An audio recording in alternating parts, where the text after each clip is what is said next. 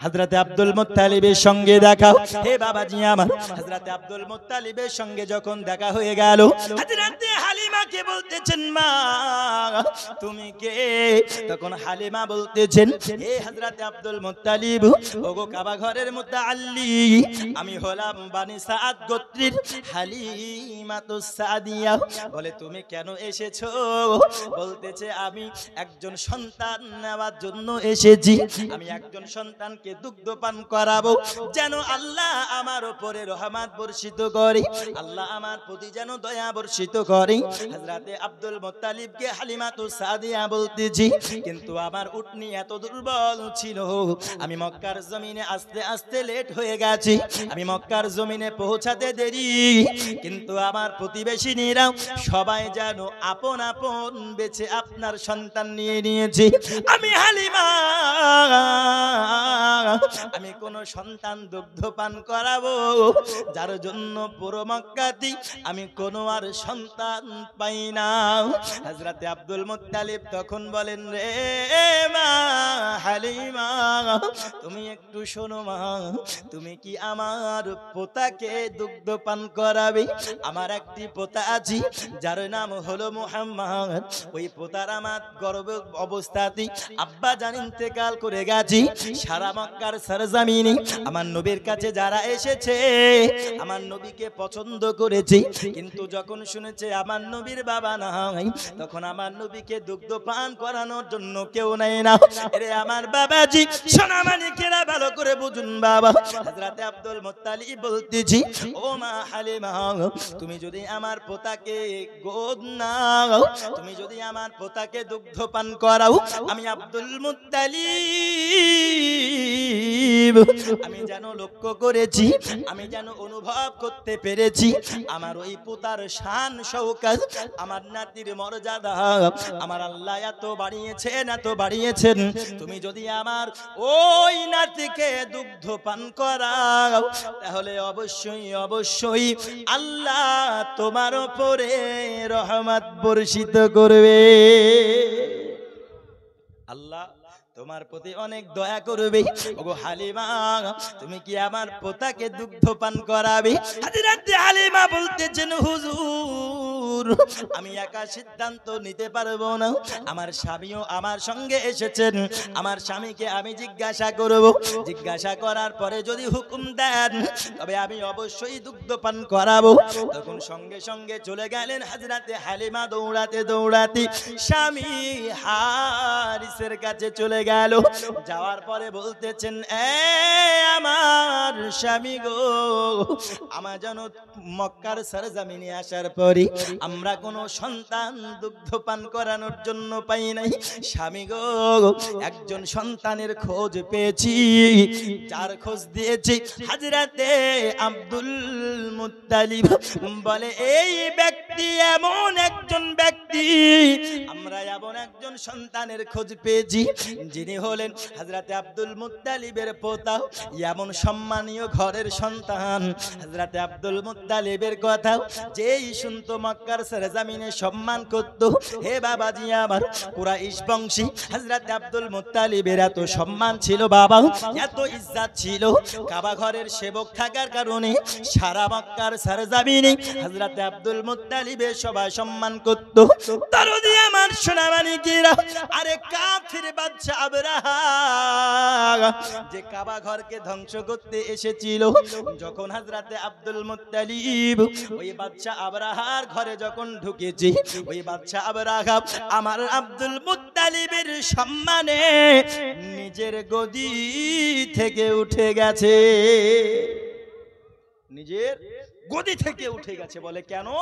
কারণ এই যে ব্যক্তি আসছে এ কোনো যেমন তেমন ব্যক্তি নয়, এ হচ্ছে কুরাইশ বংশের নক্ষত্র হযরতে আব্দুল মুত্তালিব। জোরে বলুন সুবহানাল্লাহ।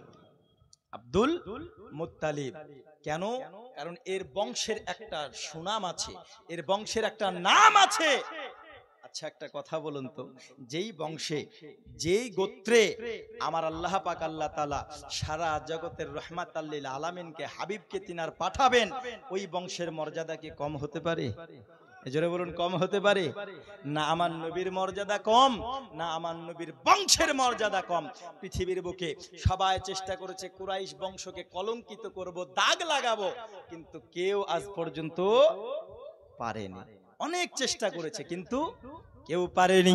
হে বাবাজি আমার, হযরতে আব্দুল মুত্তালিবের কথা শুনি, হযরতে হালিমাতুস সাদিয়া তিনি বলতেছেন, স্বামী গো, আমি এমন একজন ইতিম সন্তানের খোঁজ আমি পেয়েছি। তখন হারিস বলতেছে, রে হালিমা, তুমি দৌড়ে চলে যাও, দৌড়ে দৌড়ে তুমি চলে যাও, ওই ইতিম বাচ্চাকে তুমি দুগ্ধ পান করানোর জন্য নিয়ে এসো। কারণ যদি তুমি লেট করে না গো, যদি তোমার ওকেও পেতে দেরি হয়ে যায়, হয়তো অন্য কেউ আবার এসে তাকে নিয়ে চলে যাবে।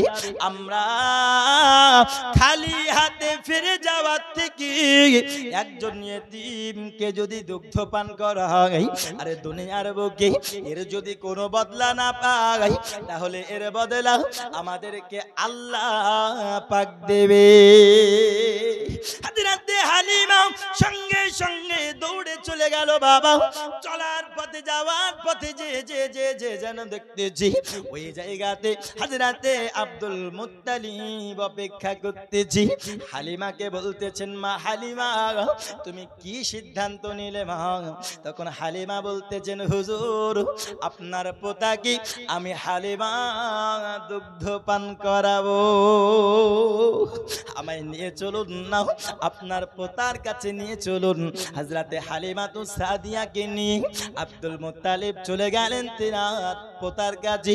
দরজায় আওয়াজ দেওয়া হলো, হযরতে আমিনা দরজা খুলে নিলেন। হে বাবাজি আমার, দরজা খোলার পরে আমার নবী পাক সাল্লাল্লাহু আলাইহি ওয়াসাল্লামের মুখ মুবারকে যেন চাদর দিয়ে ঢাকা আছে, আমার নবীর চেহারাটা চাদর দিয়ে ঢাকা।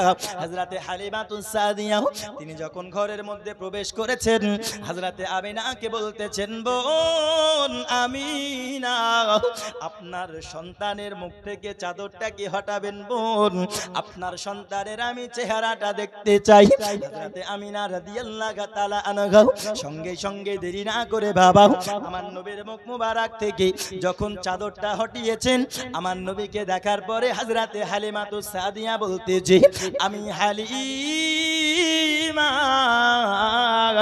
যখন প্রথম নজরটা আমি আমার নবীর দিকে দিয়েছি, যখন প্রথম দৃষ্টিটা আমার মুহাম্মাদের দিকে পড়েছে, আমি হালিমাতুস সাদিয়া বলতেছি, কসম খোদার করে বলি, আমি আমার জিন্দেগিতে এই রকম সুন্দর বাচ্চা কোনোদিন দেখি না। এইরকম নুরান্বিত বাদান, এইরকম নুরান্বিত উজ্জ্বলতা শরীর, এত দেখতে সুন্দর, এত দেখতে সুন্দর আমি পৃথিবীর বুকে কোনোদিন দেখি নাই। হে বাবাজি আমার, আমার নবী এত সুন্দর ছিল, আমার নবী এত সুন্দর ছিল রে।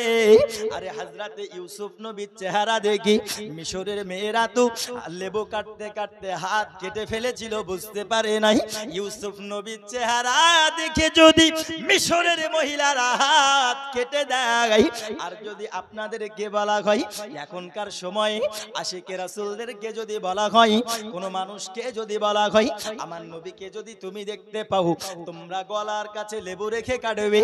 আরে মিশরের বাদশা আপনার ইউসুফ নবীকে দেখার পরে মিশরের রমণীরা শুধু হাত কেটেছিল, বুঝতে পারেনি, কিন্তু আমার নবীর চেহারা দেখে কেউ যদি গলা কাটতে থাকে, আরে গলা কেটে আলাদা হয়ে যাবে, তবুও নবীর সূরাত থেকে দৃষ্টি হটবে না। এত সুন্দর আমার নবীকে আল্লাহ বানিয়েছে। চিন্তা করো, আমার নবীকে এত সুন্দর বানিয়েছে, আর তুমি বলছো নবী আমার মতো দেখতে। যদি তুমি একটু কালো হও, মানুষ তো তোমার নাম রেখে দেয় কালু। হ্যাঁ, তুমি যদি একটু দেখতে কালো হও, মানুষে তোমার নাম রেখে দেয় কালু। দেখতে একটু যদি তুমি মানে ফর্সা অতিরিক্ত হয়ে যাও, নাম রেখে দেয় কটা, রাখে না গো? আর তুমি বলছো নবী আমার মতো। কোথায় তুমি সুদওয়ালা, কোথায় উনি দুধওয়ালা? আব্বাজি আমার, কার সঙ্গে কার তুলনা করা যায়? নবী কি আমাদের মতো নাকি? এই জোরে বলুন, নবী কি আমাদের মতো না? কেউ যদি নবীকে আমাদের মতো বলে, তাকে তারা প্রশ্ন করবেন, আমার নবী সাল্লাল্লাহু আলাইহি ওয়াসাল্লাম তাহলে যে কাজগুলো করেছে তুই করে দেখা, তাই না? তুই করে দেখা। বিরাদান ইসলাম আজিজানে মুহতারাম, যারা নবীকে আমার মতো বলবে, যারা নবীর খুদ ধরার চেষ্টা করবে, ভাবতে হবে এদের মধ্যে এখনো নবীর ভালোবাসা হয়নি, আর এদের ঈমান নাই। বলে কেন? কারণ ঈমান তখনই উজ্জ্বল করবে, অন্তরে উজ্জ্বলিত হবে যখন নবীর প্রতি ভালোবাসা থাকবে। যেটা আমি প্রথমেই হাদিস পড়লাম যে ঈমানের মূল হলো নবীর ভালোবাসা। ঈমানের মূল কি? জোরে বলুন না, নবীর ভালোবাসা। এবারে ভালোবাসা নাই, তার জন্য শুধু নবীর খুদ ধরে ভেড়ায়। কিছু মানুষ এমন আছে না, নবী এটা জানে না, ওটা জানে না, এটা পারে না, ওটা পারে না, ওটা করতে জানেনি, এটা করতে জানেনি, এই করেছে তো এই করলো কেন, ওয়াই করেছে তো ওয়াই করলো কেন, এরকম প্রশ্ন তোলে না গো। একটা কথা মনে রাখবেন, খুদ ধরে কারা জানেন? হ্যাঁ, যাদের প্রতি, যাদের অন্তরে ভালোবাসা থাকে না। ছোট্ট একটা এক্সাম্পল দেব, ছোট্ট একটা উদাহরণ। ধরুন একটা সন্তান বিয়ে দেখতে গেছে, বুঝতে পারলেন? বিয়ে দেখতে গেছে, বিয়ে করবে ছেলে।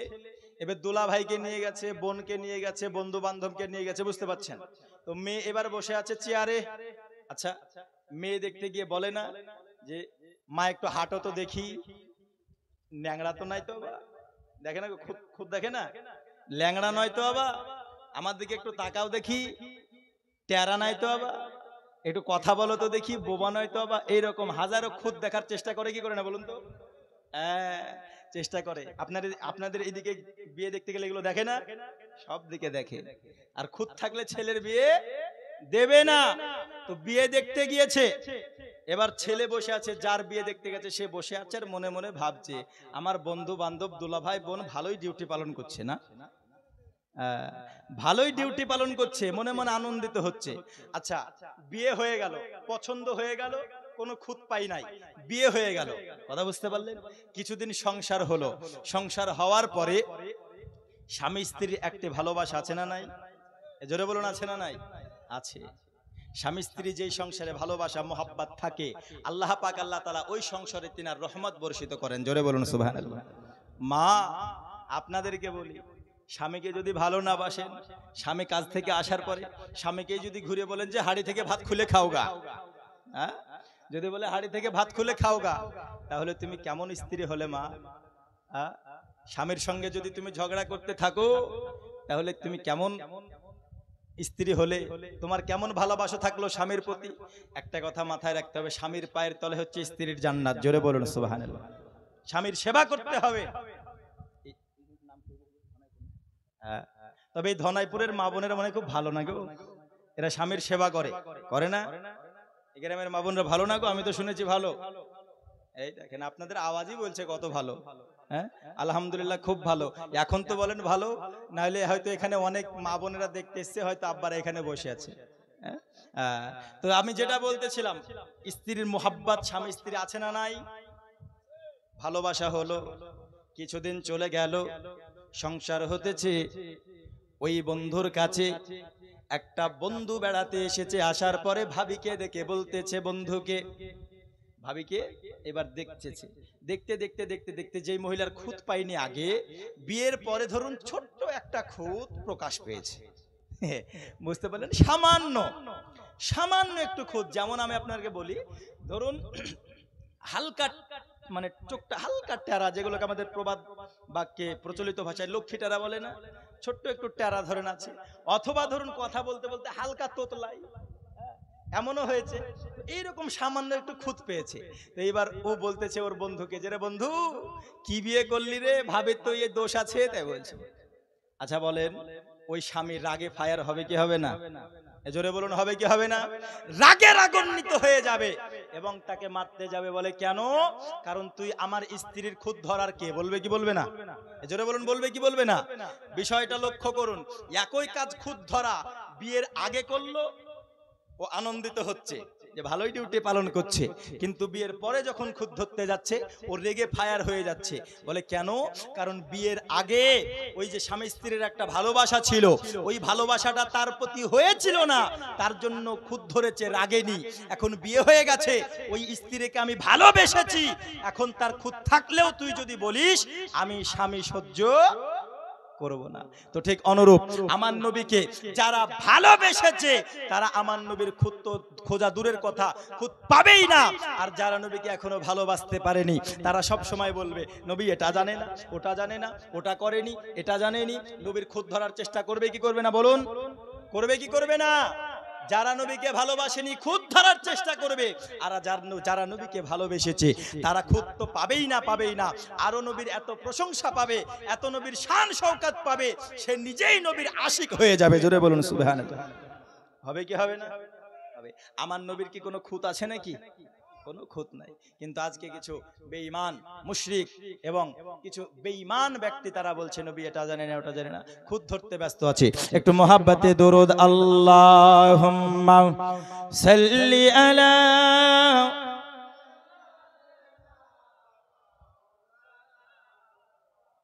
ওয়া আলা আলি সাইয়্যিদিনা মাওলানা মুহাম্মদ সাল্লাল্লাহু আলা মুহাম্মাদিন মুহাম্মদ হরদম জবান সে নিকলো পাক নামে মুহাম্মদ হরদম জবান শফিনা দরদি গো। আমি একটু সামনের দিকে এগিয়ে যাই। আব্বাজি আমার ওই নবীকে মোহাব্বত করতে হবে। হযরতে হালিমাতু সাদিয়া বলতেছি আমি কসম খোদার করে বলি আমার এই নবীজি যেই মুহাম্মদকে আমি দেখেছি সারা জিন্দেগিতে এইরকম সুন্দর বাচ্চা আমি কোনোদিন দেখি নাই। হে বাবাজি আমার হযরতে হালিমা তিনি এইবার বলতেছেন বোন আমিনা আমি কি মুহাম্মদকে দুগ্ধ পান করাতে পারি? আব্বাজি আমার হযরতে আমিনার কাছে ইজাজত নেওয়ার পরে হযরতে হালিমাতু সাদিয়া আমার নবীকে তিনার ডান স্তনে লাগিয়ে দিলেন।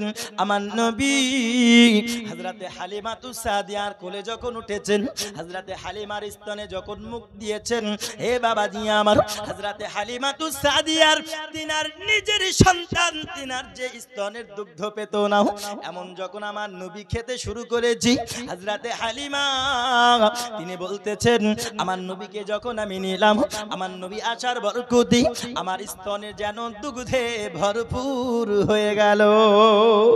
আমার নবীজি সাল্লাল্লাহু তাআলা আলাইহি ওয়াসাল্লাম তিনি আমার ডান স্তনের দুগ্ধ পান করতেছি।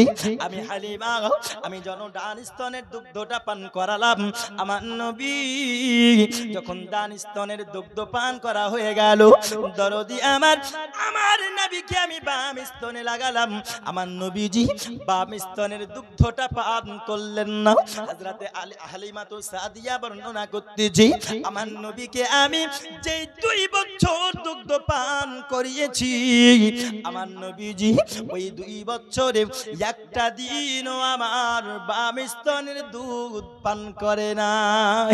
বলে কেন? কারণ আমার নবী এটা জানতো, আমার নবী শিশুকালেও এটা জানতো যে আমার একটি দুধ ভাই রয়েছে, হযরতে হালিমাতু সাদিয়ার একটি সন্তান রয়েছে। এ বাবাজি আমার নবী কোন নবী গো?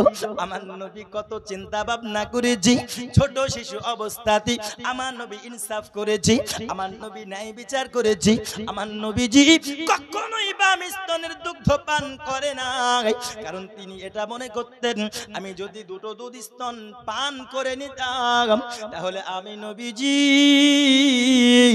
আমার দুধ ভাইয়ের হক মারা হয়ে যেত, আমার দুধ ভাই দুগ্ধ পেত না, আমার নবীজি আমার হক মারা হয়ে যেত। ওরে আমার বাবাজি যেই নবীজি দুনিয়ার বুকে এসে বিশ্বের মানুষকে এই পেগাম দিয়েছেন, এ দুনিয়ার মুসলমানেরা তোমরা কখনো অন্যের হক মারবে না। আরে ওই নবী কি নিজের দুধ ভাইয়ের হক কখনো মারতে পারে? পারে কি? পারে না। আমার নবী শিশুবেলাতে কতটা সূক্ষ্ম চিন্তা ভাবনা আমার নবী করেছে। আর তুমি যখন জন্মগ্রহণ করেছো শুধু প্যাঁ প্যাঁ প্যাঁ প্যাঁ করে কান্না করতে তোমার 3-4 বছর চলে গেছে। হ্যাঁ যায় না গো, চলে গেছে। আমার নবীজি নিজের ভাইয়ের দুধ ভাইয়ের হক শিশু অবস্থাতে মারেনি। তুমি বলছো নবী আমার মতো, আর তুমি নিজের আপন ভাইয়ের হক জমি মেরে নিচ্ছ। নিচে না গো, নিজের আপন ভাইয়ের হক ও মেরে দিচ্ছে, নিজের বোনেদের হক মেরে দিচ্ছে। একটু 2 কাঠা জমি বেশি পাওয়ার জন্য ভাই ভাইকে কতল করে দিচ্ছে কি দিচ্ছে না? দিচ্ছে। কত মারামারি এই দুদিনের দুনিয়াতে এসে, আর সে বলছে নবী আমার মতো। তোমার লজ্জা লাগে না?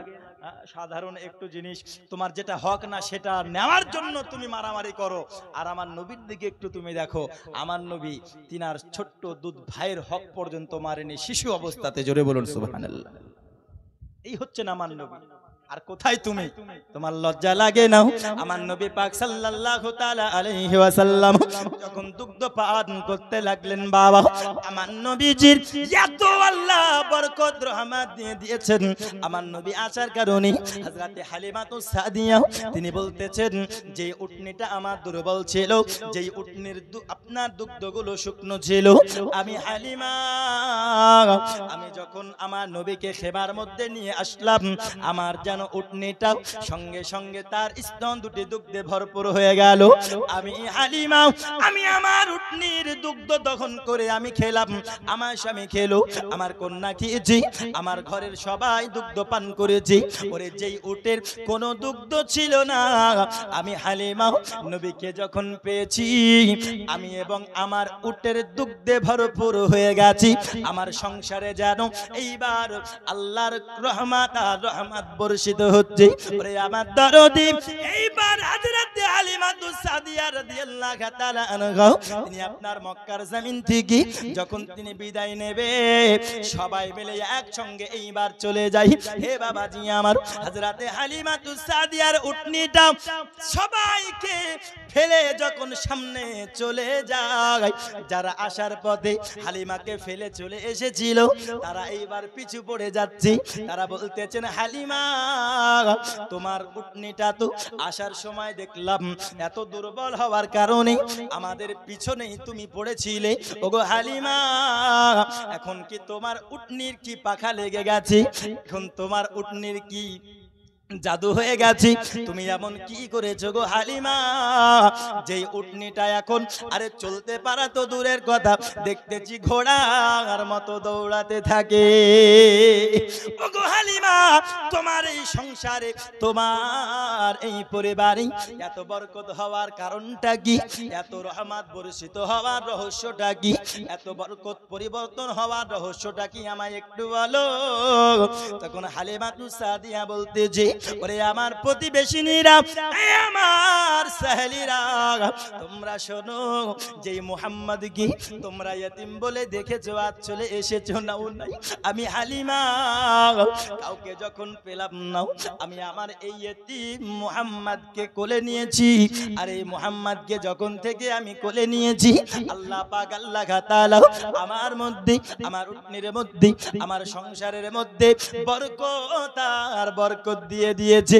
ওরে আমার প্রতিবেশীরা, তোমরা আমি হালিমার মধ্যে যে উন্নতি দেখতে পাচ্ছ, এর রহস্য আর অন্য কিছু নয়। আমার কোলে যেই ফুটফুটে সন্তান তোমরা দেখো, পরিবর্তনের কারণ হলো এই কোলে থাকা মুহাম্মদ, কোলে থাকা এই মুহাম্মদ। তাহলে আমার নবী আসার রহমত, বরকত, উপকার, উন্নতি আছে না নাই? এ জোরে বলুন, আছে না নাই? আমার নবী পাক যখন থেকে দুনিয়ার বুকে এসেছেন, আস্তে আস্তে আস্তে আস্তে আমার নবী যদি না আসতেন, তৎকালীন সময় যে একটি খারাপ সময় ছিল, আজকে তার থেকে খারাপ হতো নাকি এরকম কি হতো? তার থেকেও খারাপ হতো, হতো না? খারাপ হতো আব্বাজি আমার। তাই নবী পাক সাল্লাল্লাহু তাআলা আলাইহি ওয়াসাল্লামকে আল্লাহ যে আমাদের মধ্যে পাঠিয়েছেন, এর জন্য আল্লাহর কাছে যতই আমরা শুকরিয়া আদায় করি কম হবে। হবে না গো? জোরে বলুন, কম হবে না? কম হবে। আমার নবীকে আল্লাহ দুনিয়ার বুকে পাঠিয়েছেন আমিনার ঘরে। আব্বাজি আমার, একবার দরুদ শরীফ আল্লাহুম্মা সাল্লি আলা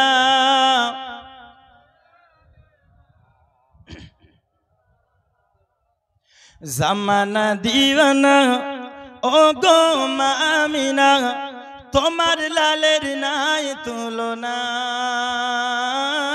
মাগো তোমার লালের নাই তুলনা। আমার হাতের ইশারা একটু সুবহানাল্লাহ বলতে হবে। আমার নবীর কোনো তুলনা আছে কি? আমার নবী যখন আসলেন আমিনার ঘরে হালিমার ঘরে কত উন্নতি হয়ে গেল। তাই কবি বলতেছেন জামানা দিওয়ানা ও গো মা আমিনা তোমার লালের নাই তুলনা মাগো তোমার লালের নাই তুলনা। জামানা দিওয়ানা জোরে জোরে বলো না জামানা দিওয়ানা ও গো মা আমিনা তোমার লালের নাই তুলনা মাগো তোমার লালের নাই তুলনা।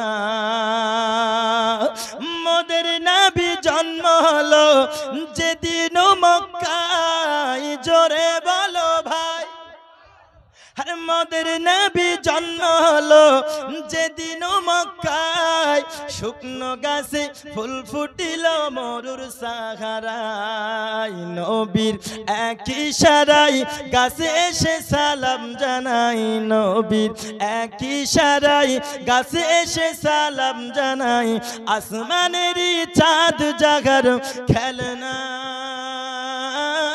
মাগো তোমার লালের নাই তুলনা। জামানা দিওয়ানা ও গো মা আমিনা তোমার লালের নাই তুলনা মাগো তোমার লালের নাই তুলনা।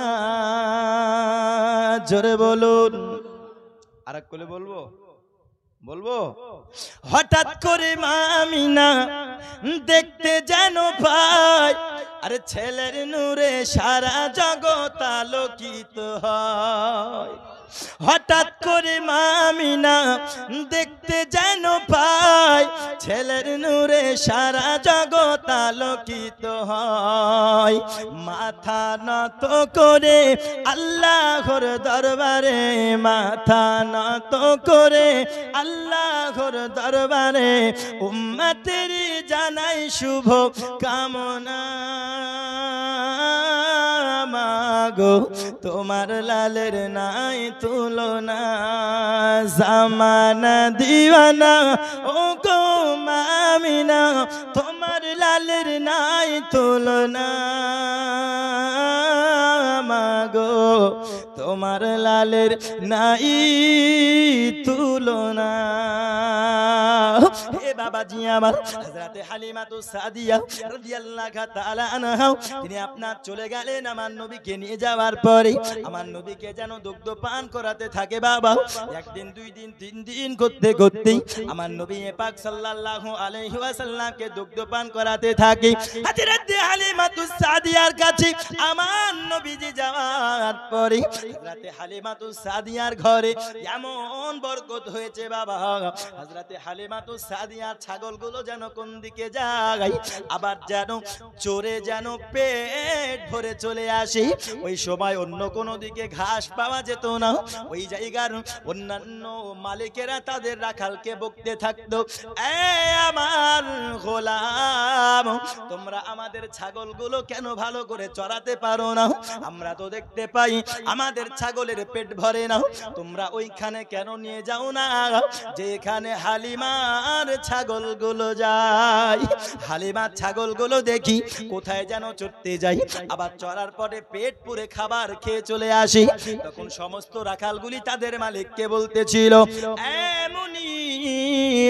আমরা কেমন করে খুঁজবো ওই জায়গা আমরা পাই না, যে কোন জায়গায় হালিমা ছাগল যাই আমরা তো সমস্ত জায়গা খুঁজেছি, কোন জায়গাতে আমরা ঘাস এমন আছে জায়গা পাই না, আমরা জানি না হালিমার ছাগলগুলো কোন দিকে যায় আবার পেট পুরে চলে আসে। হে বাবাজি আমার এ কোনো ঘাসের কামাল নয়, ঘাস পাওয়ার কারণ হলো আমার নবী পাক আসার কারণে আল্লাহর তরফ থেকে রহমত। রহমত কি রহমত না, আল্লাহর তরফ থেকে রহমত। শুধু তাই নয়, আর একটি নবীর আশ্চর্য মুজিজা আপনাদেরকে বলবো।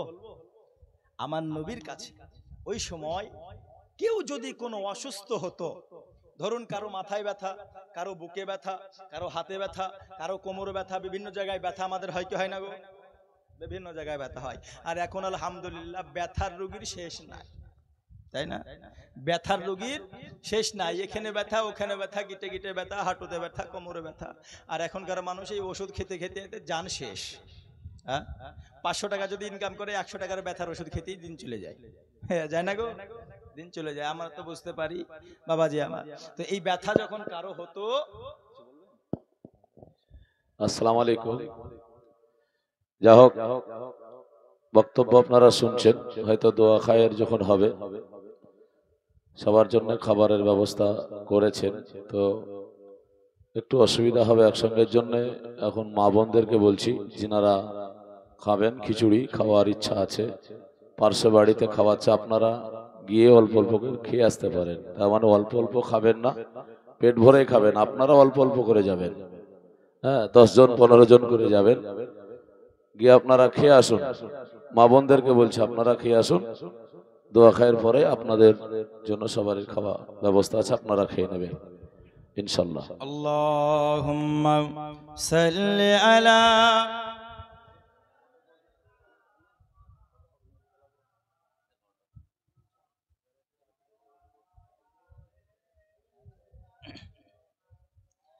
মাওলানা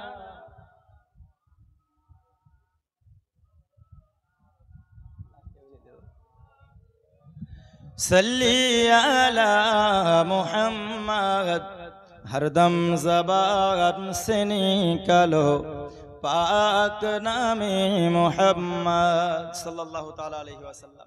আমার নবীজি কারো যদি কোনো জায়গায় ব্যথা হতো তো হালিমার কাছে চলে যেত। যাওয়ার পরে সবাই বলতো, হালিমা মুহাম্মদ কই, হালিমা মুহাম্মদ কই। নবীকে যখন নিয়ে আসতো, ধরুন যার মাথায় ব্যথা, নবীর হাত মোবারকটা মাথায় দেওয়া, ব্যথা চলে যায়। জোরে বলুন সুবহানাল্লাহ। যদি কারো বুকে ব্যথা হয়, নবীর হাত মোবারকটা বুকে রাখতো, ব্যথা চলে যেত। কারো যদি কোনো জায়গাতে কোনো সমস্যা হতো, আমার নবীজির হাত মোবারকটা রাখতো, আল্লাহ পাক আল্লাহ তাআলা সঙ্গে সঙ্গে শিফা দান করে দিত। জোরে বলুন সুবহানাল্লাহ। নবীর স্পর্শতে রোগ ভালো হচ্ছে। আর তোমার যখন করোনার সময় চলছিল, মুখে মাস্ক দিয়ে ত্রিপল পরে 10 হাত দূরে তোমাকে দাঁড়াতে হচ্ছে, আর তুমি বলছো নবী আমার মতো। একটু চিন্তা ভাবনা করা লাগে না? নবীকে আমার মতো বলার পূর্বে 1000 বার ভাবা দরকার আছে না নাই? জোরে বলুন আছে না নাই? আছে। আমার নবীর পাসিনা যখন ঝরতো, ঘাম, সাহাবায়ে কেরামরা রাসূলের কাছে কাছে থাকতো। বলে কেন? কারণ রাসূলের ঘামের এত সুগন্ধ বেরোতো, এত সুগন্ধ বেরোতো, সাহাবায়ে কেরামেরা সেই সুগন্ধের প্রশংসা করে শেষ করতে পারতো না। আর তোমার গায়ে যখন ঘাম ঝরে, মানুষ 10 হাত দূর দিয়ে পালায়, পালায় না গো? 10 হাত দূর দিয়ে পালায়।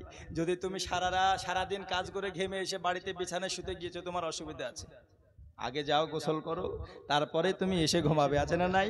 নালে অন্য ঘরে সব। বুঝতে পেরেছেন কথা? বুদ্ধিমানদের জন্য ইশারা যথেষ্ট। আর তুমি বলছো নবী আমাদের মতো, তোমার লজ্জা লাগতেছে নাও? এ বাবাজি আমার নবী পাক সাল্লাল্লাহু তাআলা আলাইহি ওয়াসাল্লাম একদিন 2 দিন করতে দরদি গো 2 বছর হালিমা তো সাদিয়ার কাছে দুগ্ধ পান করতে লাগলো। এ আমার আব্বাজিরা, হযরত হালিমা তো সাদিয়ার কন্যা, যার নাম হলো সীমা, ওই সীমা নিজের আপন ভাইয়ের থেকে আমার দরদি নবীকে সব থেকে বেশি ভালোবাসতো। আব্বাজি আমার 2 বছর যখন হয়ে গেল, দুগ্ধ পান করানোর সময় শুধুমাত্র 2 বছর। কয় বছর? 2 বছর মায়েরা দুগ্ধ পান করাবে। দরদি 2 বছর যখন হয়ে গেল, হযরত হালিমাতুস সাদিয়া মক্কার সরজমিনে যাওয়ার পরে আমিনার ঘরে যখন দরজায় খটখটালো, হযরত আমিনাকে বলতেছেন, বোন আমিনা, 2 বছর হয়ে গিয়েছি, আমরা আমার কর্তব্য পালন করে দিয়েছি গো বোন, আপনার সন্তান আপনাকে ফিরিয়ে দিতে এসেছি। হে আমিনা, আপনার সন্তানকে আপনি রেখে দিন। হযরত আমিনা রাদিয়াল্লাহু তাআলা আনহা আমার নবীকে দেখার পরে যখন চোখে মুখে গালে চুম্বন দেয় বাবা, তিনি আনন্দ আনন্দিত হলেন, আল্লাহ আজকে আমার সন্তানকে আমি পেয়ে গেছি। ওরে আমার দরদি, নিজের মা যখন 2 বছর পরে নিজের সন্তানকে ফিরে পাবে কত আনন্দিত হবে, কি হবে না? জোরে বলুন না। মনে হচ্ছে যে শুধু সামনের 2-5 জনের বক্তব্য শুনছে, পিছের কারগুলো শুধু বসে থাকতে হয়। বসে আছি, বাড়ি থেকে কসম কটিয়ে এসেছি, আল্লাহরই বলছি হুজুর যাই বলুক কিছু বলবো না। হ্যাঁ, হুজুর যাই বলুক সুবহানাল্লাহ বলবো না, আলহামদুলিল্লাহ বলবো না, কিছু বলবো না, তাহলে হবে? সবাই মিলে যখন আওয়াজ করবেন তবে গাতে হবে। শ্রোতা কম থাক, কিন্তু তাদের মধ্যে জাজবা এমন থাকতে হবে সুবহানাল্লাহর পাওয়ারে যেন চট উপরে উঠে চলে যায়। একবার জোরে বলুন না সুবহানাল্লাহ। নারে তাকবীর, নারে তাকবীর, নারে রিসালাত। এবার মনে হচ্ছে আপনারা একটু হলো জাগলেন, বুঝলেন তো? হালিমাতুস সাদিয়া আমার নবীর কাছে, আমার হালিমাতুস সাদিয়া আমেনার কাছে আসার পরে সন্তান যখন দিয়ে দিলেন, আমেনা অত্যন্ত খুশি হয়ে গেল। এই আমার দরদি সোনামানিকেরাও, সময় আর বেশি নাই, আমি একটু সামনের দিকে এগিয়ে নিয়ে যাব বাবা, কারণ আমার নবীর জীবনী যদি বলতে শুরু করে দিই, আরে রাতে রাত চলে যাবে, বালি গুণে শেষ করা যাবে, কিন্তু আমার নবীর প্রশংসা কখনো শেষ করা যাবে না। যাবে কি? আমার নবীর প্রশংসা শেষ করা যাবে না। আব্বাজি আমার হালিমাতুস সাদিয়া রাদিয়াল্লাহু তাআলা আনহা, এইবার যখন তিনি ফিরে যাবেন দরদি আমিনার কাছে গিয়ে হযরতে হালিমা হাওমা করে কান্না করতে লাগে। যখন শেষ বিদায় নেবে হালিমাতুস সাদিয়া কান্না করতে লাগে, যেতে পারে না। আমিনার কাছে যাওয়ার পরে বলতেছে, আমিনা বোন, তোমার কাছে আমি একটি রিকোয়েস্ট করব, তোমার কাছে আমি একটি আবেদন করব। আমিনা, হযরতে আমিনা বলে, বলো বলো কি বলবি? হযরতে হালিমা বলতেছে, আমার বোন আমিনা, আমার কাছে তোমার সন্তান মুহাম্মদ 2 বছর ছিল। আমিনা গো, আমি আমার সন্তানের থেকে তোমার সন্তান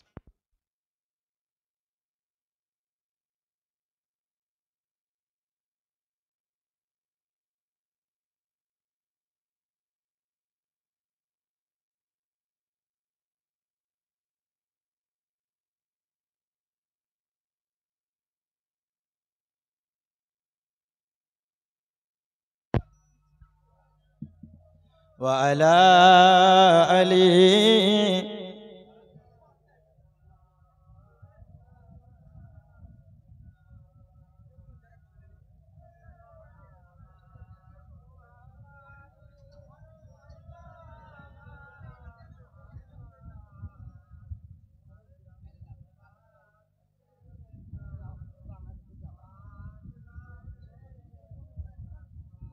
हरदम ज़बान से निकालो সাল্লাল্লাহু তাআলা আলাইহি ওয়াসাল্লাম। হযরতে হালিমাতুস সাদিয়া তিনি অঝোর নয়নে কান্না করতে লেগেছেন। কান্না যখন করতেছি, হযরতে হালিমা তিনি বলতেছেন, বোন আমিনা, আমি আমার নিজের সন্তানের থেকে তোমার মুহাম্মদকে সব থেকে বেশি ভালোবেসেছি। আমি আমার কাছ থেকে দূরে যেতে দিই না। যে 2 বছর তোমার মুহাম্মদ আমার কাছে ছিল বোন আমিনা, ওই মুহাম্মদকে আমি এত মুহাব্বত করেছি, এত ভালোবেসেছি বোন, তার উপরে আমার একটি এমন মায়া হয়ে গেছে, আমি হালিমা আমি যেন মুহাম্মদকে রেখে যেতে পারি না। ওগো বোন আমিনা, তোমার কাছে একটি আমি আবেদন করব, তোমার মুহাম্মদকে কি আমি হালিমাকে আবার তুমি দেবে? আমি হালিমা আবার নিয়ে যাব, তোমায় আবার পরে আমি তোমাকে দিয়ে যাব। ওগো বোন আমিনা, আমি মুহাম্মদকে আবার দ্বিতীয়বার নিয়ে যেতে আমি রাজি। কি বলছে বোন আমিনা? 2 বছর তোমার সন্তান আমার কাছে ছিল। আচ্ছা বলুন তো, কোন মায়ের কাছে যদি কোনো সন্তান 2 বছর থাকে, ও নিজের সন্তান না হোক, ওর স্তনের দুগ্ধ পান করিয়েছে, 2 বছর ধরে মানুষ করেছে, তার প্রতি একটা মায়া থাকবে কি থাকবে না? তার প্রতি একটা ভালোবাসা থাকবে না গো? থাকবে। তো সেই মায়া মমতা রেখে হযরতে হালিমা যেতে পারে না। তার জন্য আমিনার কাছে বলছে, বোন আমিনা, তুমি মুহাম্মদকে আবার দাও না, আমি নিয়ে যাই। কথা বুঝতে পারছেন? নিয়ে যাই। একটা কথা মাথায় রাখবেন, যখন হযরতে হালিমা নিয়ে এসেছিলেন তো ওই বানি সাদ গোত্রের ওই জায়গার সমস্ত মানুষ এতটাই আপসেট ছিল, এতটাই দুঃখিত ছিল যে মুহাম্মদ চলে যাচ্ছে, আর হয়তো আমরা এই রকম পুরুষ, এই রকম সন্তান আর আমরা এখানে দেখতে পাবো না। এর জন্য খুবই দুঃখিত ছিল। এইবার হযরতে হালিমা বারংবার রিকোয়েস্ট করে, আমিনা দিতে চান না। বলে কেন? কারণ আমার নিজের সন্তানকে আমি 2 বছর পর পেয়েছি, আমি কেমন করে আবার তোমাকে দিতে পারি? রে আমার দরদি হযরতে হালিমা সাদিয়া বারংবার যখন রিকোয়েস্ট করেছেন, হযরতে আমিনা তিনি রাজি হয়ে গিয়েছেন। এমন তো অবস্থাতেই হযরতে হালিমা সাদিয়া আমার নবীকে পুনরায় সঙ্গে লইয়া তিনি চলে গেলেন আপন বাড়ি। যখন তিনি ঢুকেছেন ওই জায়গার সমস্ত মানুষেরা, মহিলারা বলা বলি করতেছে, ওগো গ্রামবাসীরা, আমরা কতই না আনন্দে, আমরা কতই না সৌভাগ্যবান, ওই মুহাম্মদ পুনরায় আমাদের কাছে ফিরে এসেছে। সবাই যেন আমার নবীকে দেখতে যাই, সবাই যেন আমার নবীকে দর্শন করতে যাই। আরে আমার বাবা, ওই জায়গাতে সমস্ত গ্রামবাসীরা আমার নবীজি পুনরায় আসার কারণে খুশি হয়েছেন।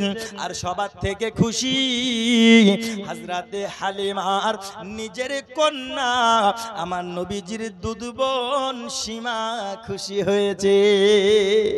আল্লাহকে বলতেছেন, মাবুদ আল্লাহ, তুমি আমার ভাইকে আবার আমার কাছে ফিরিয়ে দিয়েছো। হযরতে সীমা ওই সময় নবীকে আদর করতেছেন, ওই সময় কত চুম্বন খাতেছি, কতই না ভালোবাসতেছে। বাবা হে দরদি আমার, এখন আমি যেটা আপনাদেরকে বলতে যাব এটা একটু ভালো করে শুনতে হবে দরদি। এমন তো অবস্থাতে একদিন 2 দিন করতে করতে করতে করতে 2 মাস যখন অতিবাহিত হলো, কয় মাস? সবে মাত্র 2 মাস।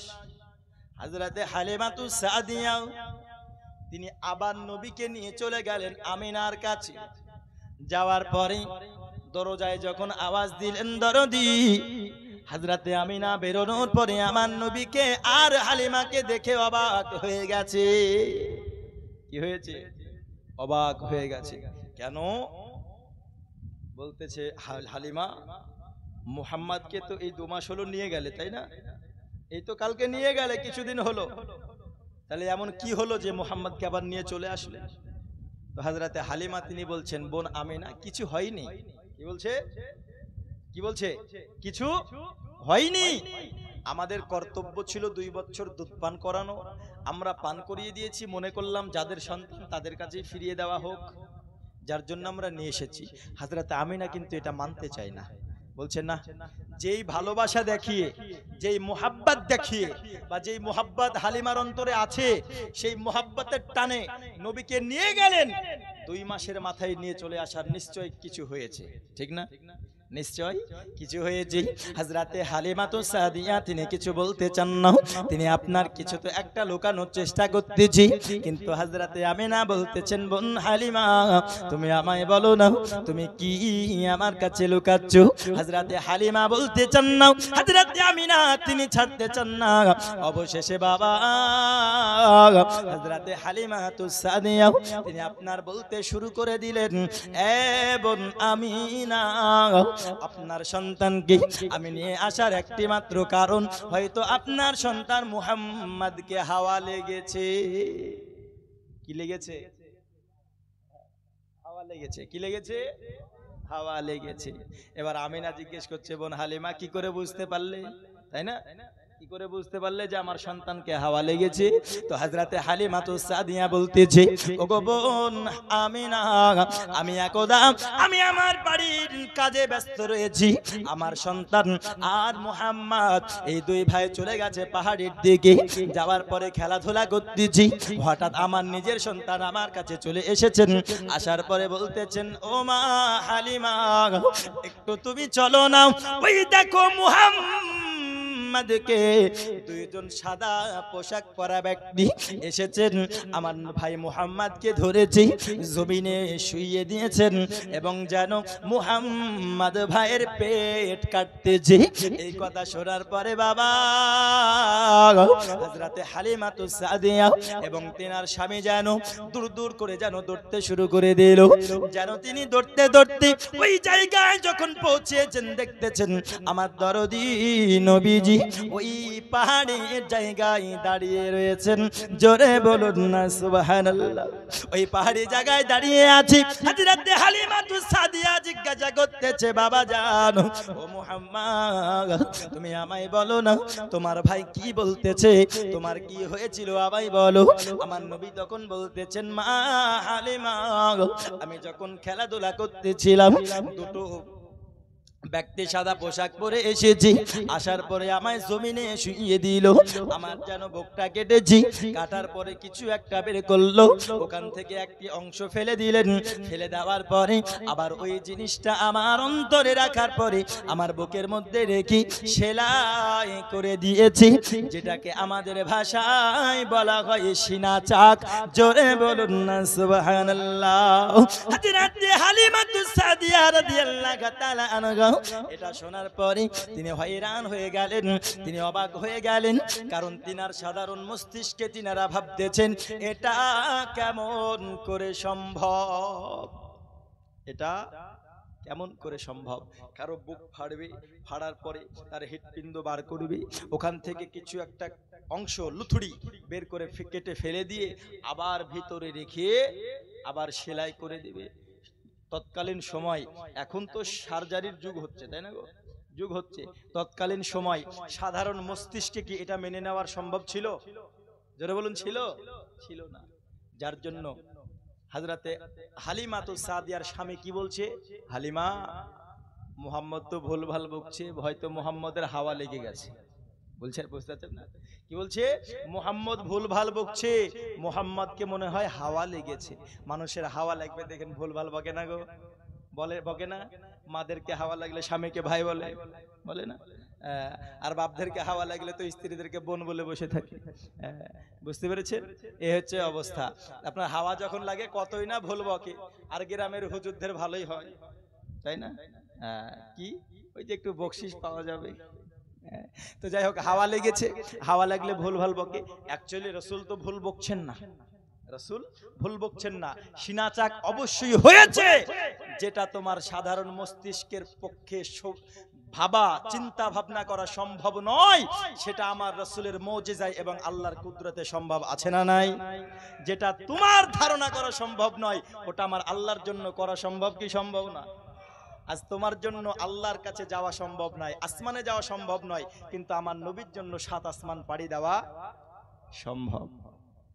এই হচ্ছেন আমার নবী। আমার নবী ভুল বকে নাই, কিন্তু হালিমাতুস সাদিয়া এবং তারা ভাবলো হয়তো মুহাম্মদকে হাওয়া লেগে গেছে। এমন তো অবস্থাতে হযরতে হালিমাতুস সাদিয়া রাদিয়াল্লাহু তাআলা আনহা স্বামী বলতেছে, ওগো হালিমা, মুহাম্মদকে যেই হাওয়া লেগেছে, হয়তো হাওয়া লাগার প্রভাব বেড়ে যেতে পারে, হয়তো অসুস্থতা বেড়ে যেতে পারে। তার জন্য যদি অসুস্থতা বেড়ে যায় তাহলে আমাদের প্রতি দোষ চলে আসবে। নচেত তুমি এক কাজ করো, যার সন্তান তাকে তুমি ফিরিয়ে দিয়ে এসো। ওগো বোন আমিরা, আমি হালিমাতুস সাদিয়া এই জন্য তোমার কাছে ফিরিয়ে দিতে এসেছি। ওগো বোন হালিমা, শুধু তাই নয়, তাই নয়, আমি একদাও আমার নবী পাক সাল্লাল্লাহু তাআলা আলাইহি ওয়াসাল্লামকে, আমি আমার মুহাম্মদকে কোলে নিয়ে রয়েছি। আমি না, আমার ছাগলগুলো যখন চরতে যাবে, আমার ছাগলগুলো যখন ঘাস খেতে যাবে, আমার ছাগলের মধ্য থেকে একটি ছাগল যেন দেখতেছি আমার কাছে আসার পরে আমার মুহাম্মাদের কাছে মাথা নত করে সিজদা করতেছে। আমি হালিমাতুস সাদিয়া এটা দেখার পরে অবাক হয়ে গেলাম। আমি আরো দেখতেছি, আমি যেন দেখতে পেলাম ওই ছাগলটা আমার নবীকে চুম্বন খাওয়ার পরে আবার যেন তাদের দলের মধ্যে চলে গেল।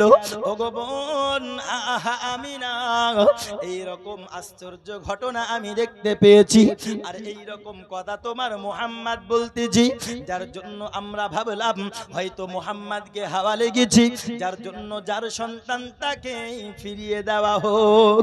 ওরে আমিনা বলতেছে বোন হালিমা, এই জন্য তুমি মুহাম্মদকে আমার কাছে নিয়ে এসেছো।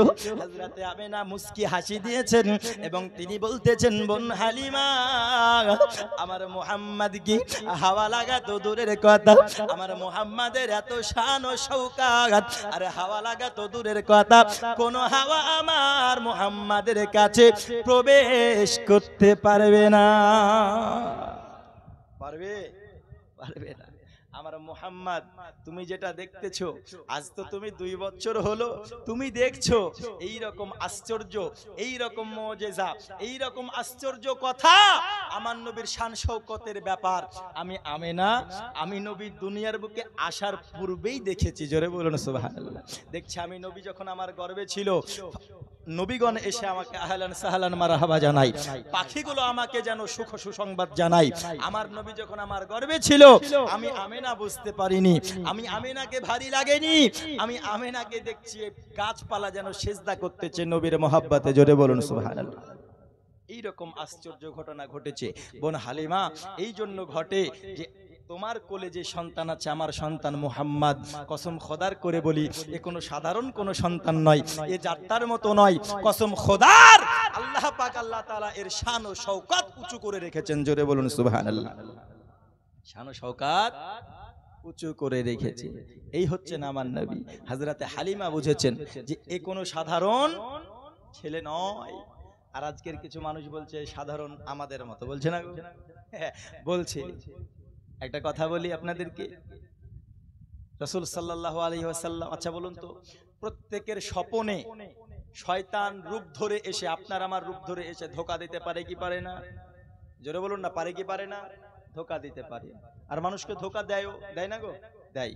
রাসূল সাল্লাল্লাহু আলাইহি ওয়াসাল্লাম বলছেন, স্বপনে যেই ব্যক্তি আমাকে দেখলো, সুতরাং সে আমাকেই দেখলো, কারণ শয়তান আমার রূপ ধারণ করতে পারে না। জোরে বলুন সুবহানাল্লাহ। শয়তান আমার রূপ ধারণ করতে পারে না। কেন পারে না? কারণ শয়তানও জানে যে আমি নবীর মতো নয়। শয়তান ও জানে আমি রূপ ধারণ করতে কেন পারবো না, কারণ আমি নবীর মতো নয়। শয়তান যেখানে স্বীকার করছে যে আমি নবীর মতো নয়, তাহলে আজকালকার কিছু মুসলমান যারা বলছে যে আমি নবীর মতো, তাহলে চিন্তা করুন ওরা শয়তানেরও বড় ভাই, ওরা শয়তানেরও বড় ভাই। এই সব মানুষের থেকে ঈমানকে রক্ষা করার জন্য এদের থেকে দূরে থাকা দরকার আছে না নাই?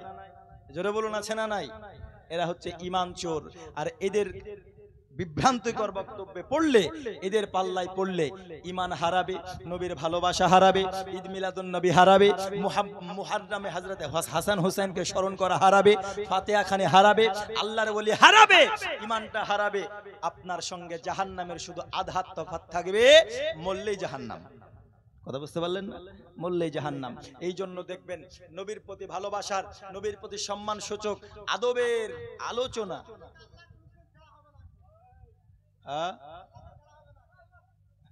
আল্লাহকে ছাড়তে বলিনি তো,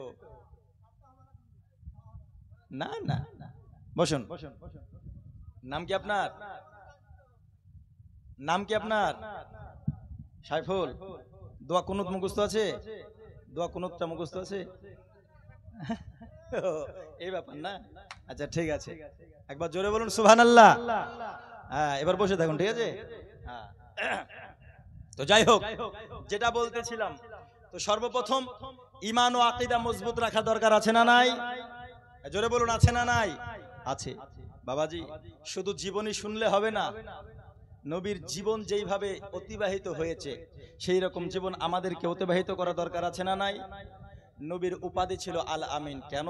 কারণ সারা মক্কার জমিনে আমার নবী জিন্দেগিতে কোনোদিন মিথ্যা কথা বলেনি। জোরে বলুন সুবহানাল্লাহ। এই নবীর মতো আচরণ আমাদের কবে হবে?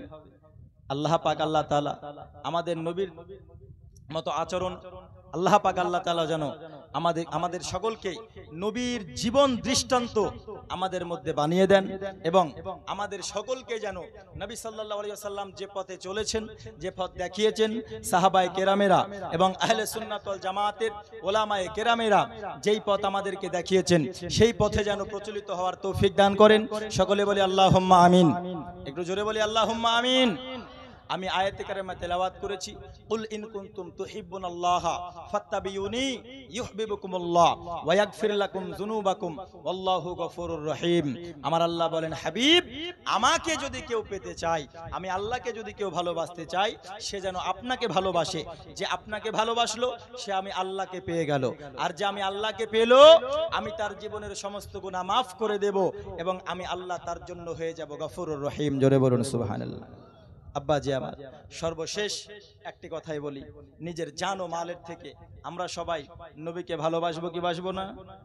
এ জোরে বলুন, বাসবো কি বাসবো না? নবীকে যদি ভালোবাসি হাসরে আমাদের পরিত্রাণ হবে কি হবে না? আমরা যদি নবীকে ভালোবাসি কবরে আমরা মাফ পাবো কি পাবো না? আমরা যদি নবীকে ভালোবাসি ইহজগৎ পরজগৎ কোন জগতে আমাদের ভয় থাকবে? ভয় থাকবে না। তাই আমি আপনাদেরকে একটি রিকোয়েস্ট করব, নবীকে ভালোবাসুন, মুহাব্বত করুন। আর আল্লাহ পাক আল্লাহ তাআলা রাসূলের আলোচনা এবং জীবনী আরো এগিয়ে নিয়ে যাওয়া যাবে, কিন্তু যতই নিয়ে যান ততই আরো বেড়ে যাবে, যতই নিয়ে যান ততই আরো বেড়ে যাবে। তবে হুজুর বললেন খাওয়া দাওয়ার ব্যবস্থাও আছে, বেশি দেরি করলে খাবার ঠান্ডাও হয়ে যাবে। মাগো হ্যাঁ, বেশি দেরি করলে খাবার ঠান্ডাও হয়ে যাবে, তার বেশি দেরি করা যাবে না। আর বিগত 10-12 দিন থেকে একইভাবে লাগাতার চলছে। আমার কণ্ঠ কিন্তু এরকম না, একটু চেঞ্জ হয়ে গেছে, বুঝলে, একটু চেঞ্জ হয়ে গেছে। যে 2 ঘন্টা 3 ঘন্টা ডেলি দিন চলছে, বুঝতে পারলেন তো? যাই হোক, আমার রাসূলের মুহাব্বতের একটি গজল পড়বো, একবার দরুদ শরীফ পড়ুন। আল্লাহুম্মা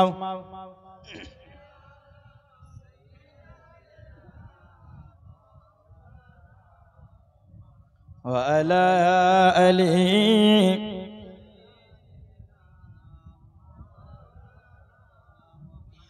নবীজির গোলামের কোনো চিন্তা নাই, চলো নবীজির জান্নাতে মদিনাতে যাই। জোরে বলুন।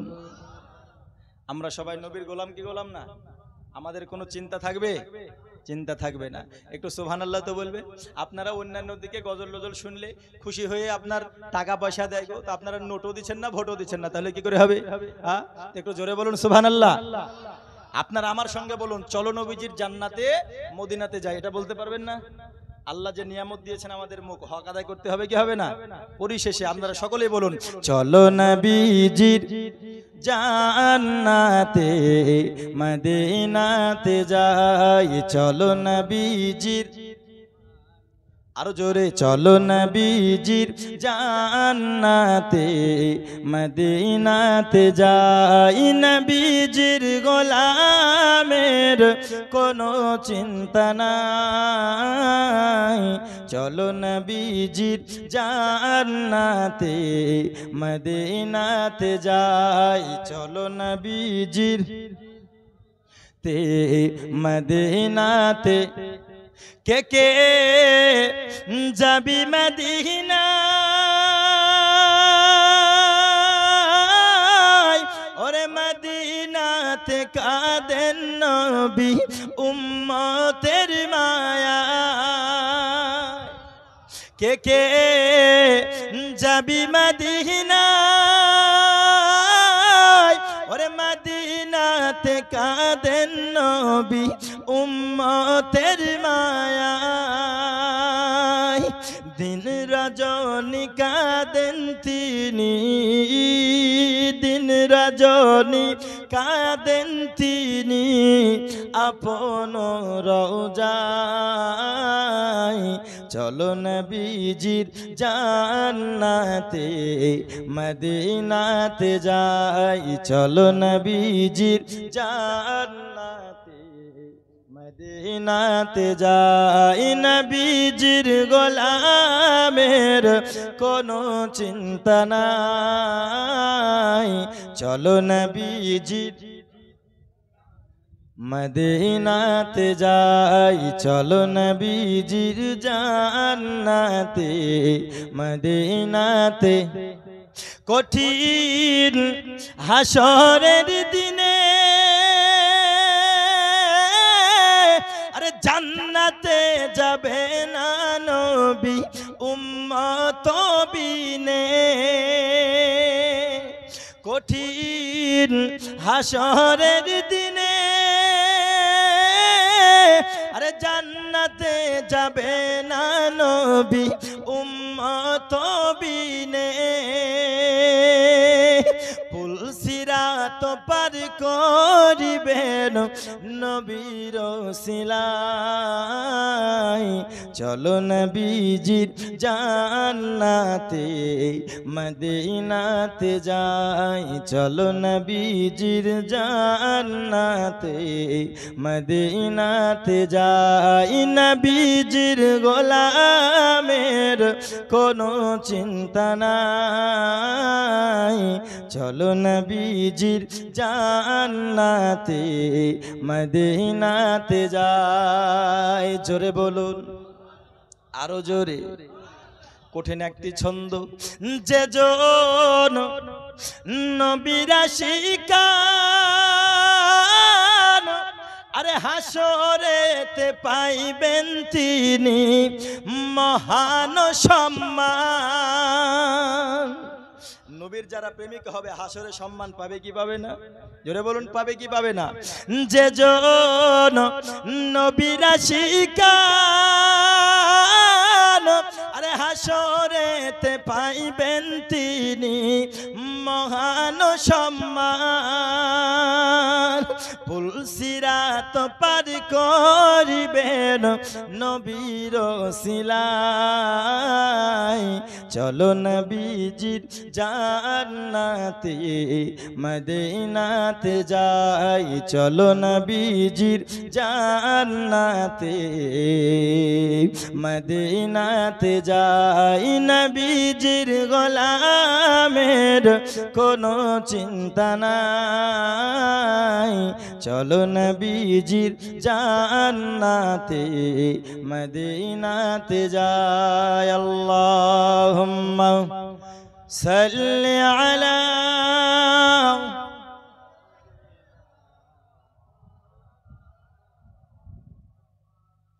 وعلى آل سيدنا مولانا মুহাম্মদ সাল্লাল্লাহু তাআলা আলাইহি ওয়াসাল্লাম যাই হোক দীর্ঘ সময় আলোচনা রাখলাম নবীর জীবনীর উপরে তো শুধু জীবনী শুনলেই হবে না আমল করতে হবে তাই না গো আমল করা দরকার আছে না নাই নবীর জীবনী শুধু শুনে চলে গেলে হবে না নবীর জীবনী শুনে চলে গেলাম কিন্তু একক মসজিদে গেলাম না আমরা নবীকে ভালোবাসি নবীকে মানে মসজিদে ইমাম সাহেবের পেছনে মুসল্লি নাই তাহলে কি করে হবে তাই না বাদশা মানবো বাদশার হুকুম মানবো না তাহলে তো হবে না নবী মানবো নবী যেটা করেছেন সেটা মানবো না তাহলে হবে না তাহলে আজ থেকে আমরা নামাজ পড়বো তো ইনশাআল্লাহ জোরে বলুন পড়বো তো ইনশাআল্লাহ নবীর আদেশ নির্দেশ আল্লাহর হুকুম মানবো তো ইনশাআল্লাহ বলুন ইনশাআল্লাহ আর যুবক ভাইদেরকে আমি বলি তোমরা মোবাইলে বেশি আসক্ত থেকো না কারণ এই মোবাইল একদিন ধ্বংস করে দেবে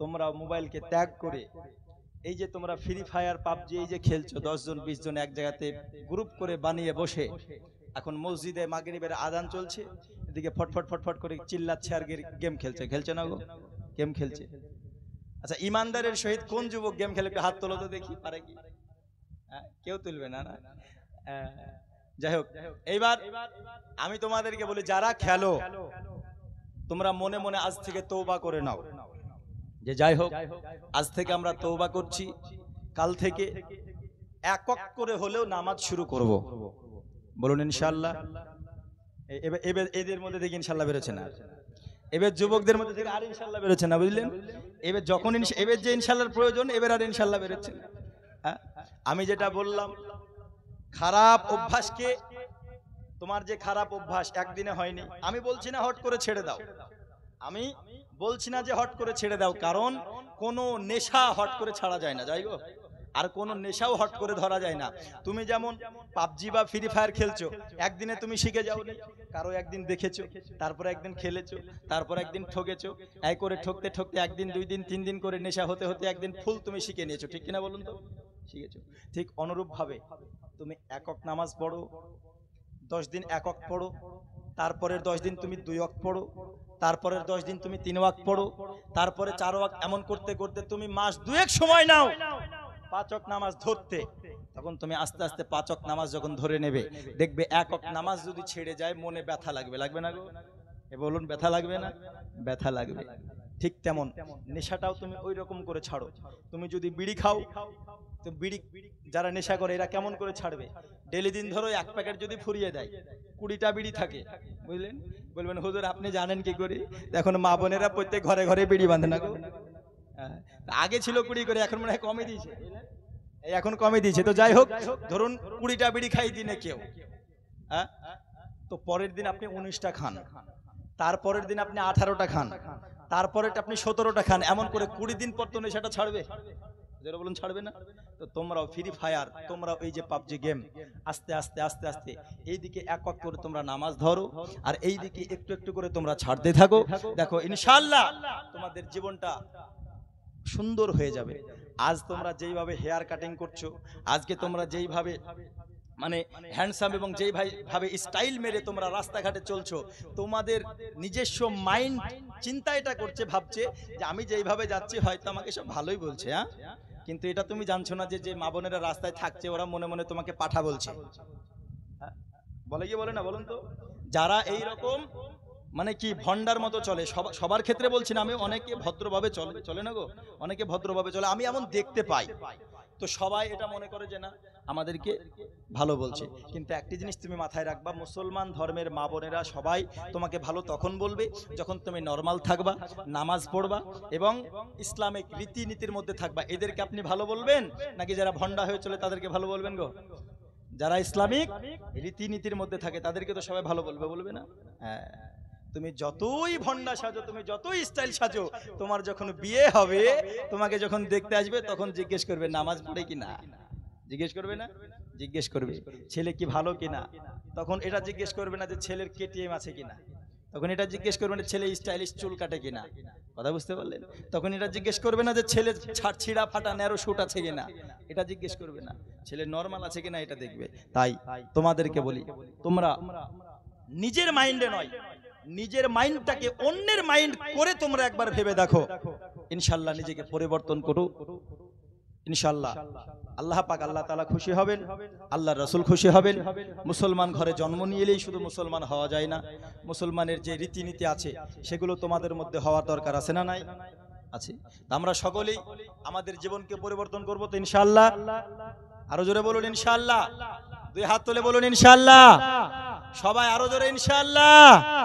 যাক, আল্লাহ পাক আল্লাহ তাআলা যেন আমাদের সকলের মনের আশা ইচ্ছা বাসনাকে পূর্ণ করেন, এবং যে আশিকে রাসূলেরা এখানে এসেছেন আল্লাহ যেন সকলের আশাকে কবুল করেন, এবং এই যে গ্রামবাসী এবং যে কমিটি এই উদ্যোগ নিয়ে ঈদ মিলাদুন নবী, নবীর মুহাব্বতে এরকম আয়োজন করেছেন, আল্লাহ যেন তাদেরকে প্রতি বছর নবীর মুহাব্বতে এই রকম ঈদ মিলাদুন নবী উদযাপন করার তৌফিক দান করেন। সকলে বলে আল্লাহুম্মা আমিন, আল্লাহুম্মা আমিন।